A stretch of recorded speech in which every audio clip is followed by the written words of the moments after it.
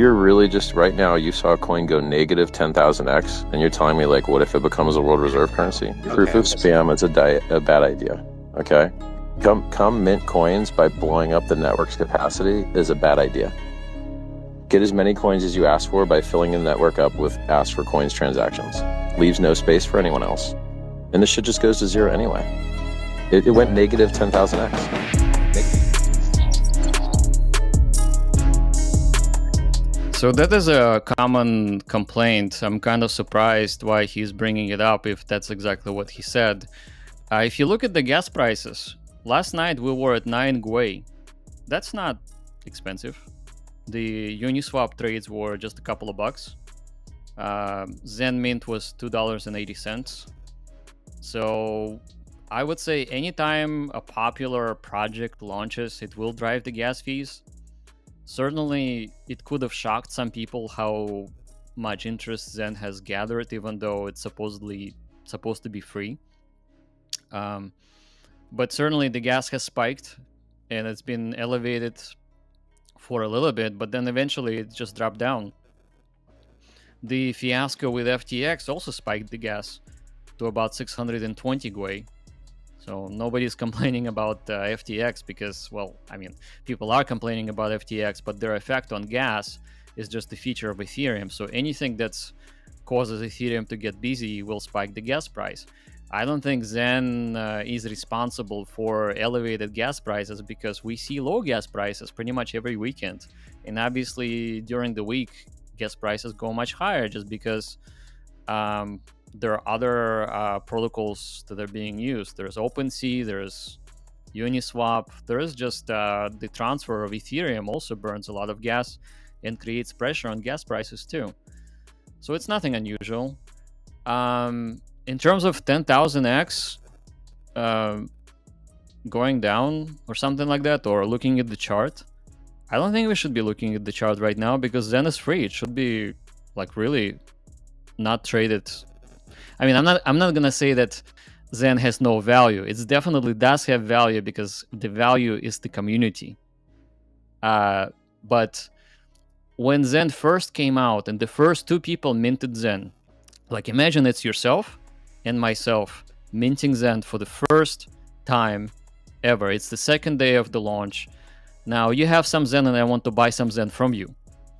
And you offer me to buy Zen at $1 or $1.50. I think that was actually the quote. And I'll buy it. So, okay, so you sold me $100 worth of Zen for $1.50. Now that's a data point. Now Zen is trading at 4 zeros and 1. Did it really go down from $1.50, 10,000x? Does it really matter? The liquidity isn't there. So the numbers that we're seeing on the chart are all over the place. So there's like really no point talking about 10,000x in one direction or the other because there is no established price yet. It hasn't really been discovered. The true price discovery probably will happen in 4 to 6 years. At this point, this is just kind of like a game. You know, if you're buying Zen on an exchange and you're not looking into what exactly you're buying, well, it's unfortunate, but it's nobody's fault that you're doing it. I mean, people have to do their research. I mean, if you end up selling Zen for $10 a pop, that's your right. And then the next day it crashes and it sells for 4 zeros and 1. What does it tell you about the action? It just means that things are volatile. Well, things are volatile on the crypto market. I would say 1 month judgment on the chart and saying that something went 10,000x one way or the other. The question really needs to be asked when and from what point. So if this was the first trade at $1.50, I mean, of course it looks kind of bad, but it's only 2 people trading $500, so it doesn't really make sense to me as a valid argument. To one person, this is spam because they just don't see the value in the people, right? So like we personally did not spam the network. We just made something that's very, very popular, and the tenets of or driving adoption to crypto seem to be working, just because of the number of wallets being created and the number of people are coming to the web page.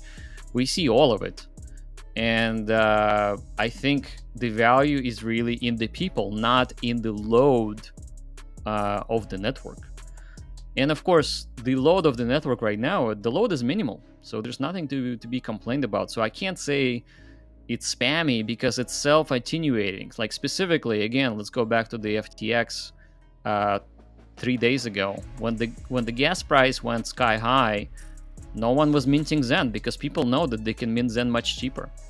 So the network load attenuates the desire to mint Zen, and it actually makes Zen more rare, which drives the value higher. So it's working exactly as intended. It's not spammy. If anything, it brings more people to crypto world faster, and it brings more users to Zen, which is amazing. I'm very, very, at awe and very thankful that it happened. So I hoped it would happen, and it's definitely happening in front of our eyes. And just the people's reaction to the first principles, I think, is something, a sight to be seen. So I'm very excited about it.